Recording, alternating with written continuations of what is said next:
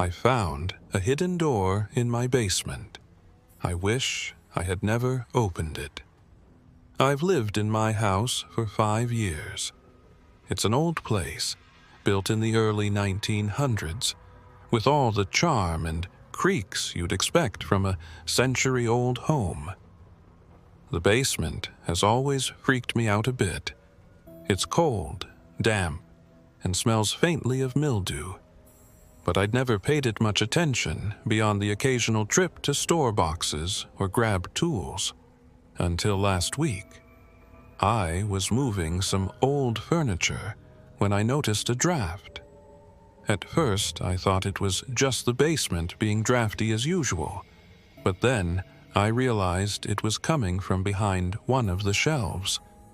The air was colder, almost icy. Curious, I pulled the shelf away from the wall, and that's when I saw it. A small wooden door, barely taller than a crawlspace hatch covered in peeling paint. I stared at it for a long time. It wasn't on the house inspection report when I bought the place, and I had never noticed it before. It had no handle, just a keyhole. I should have stopped there. I should have walked away, but I didn't. Instead, I grabbed my toolbox, picked the lock, thank you, YouTube tutorials, and swung the door open. Behind it was a narrow stone staircase, spiraling down into darkness. The air that rushed out smelled wrong, damp, metallic, and faintly sweet, like rotting fruit. Against every ounce of better judgment, I grabbed a flashlight and started descending. The steps felt endless. The farther I went, the more the walls seemed to close in. When I finally reached the bottom, I found myself in a small circular chamber made of smooth stone.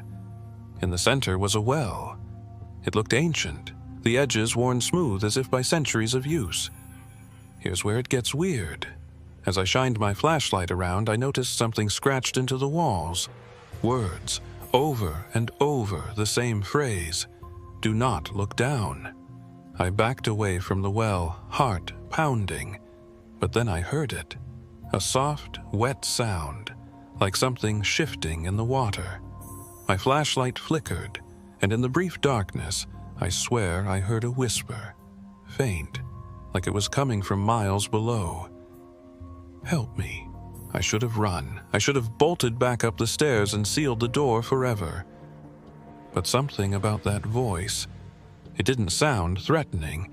It sounded desperate. Against my better judgment, I leaned over the well and aimed my flashlight down. The beam barely reached the water. It was black and still, reflecting nothing. But as I stared, the surface began to ripple. Slowly, something started to rise. At first, I thought it was a person, a head, pale and smooth, breaking the surface. Then I saw the eyes, round, lidless, and too large for its face. Its mouth was wide, filled with needle-like teeth, and it was smiling. Wait for part 2.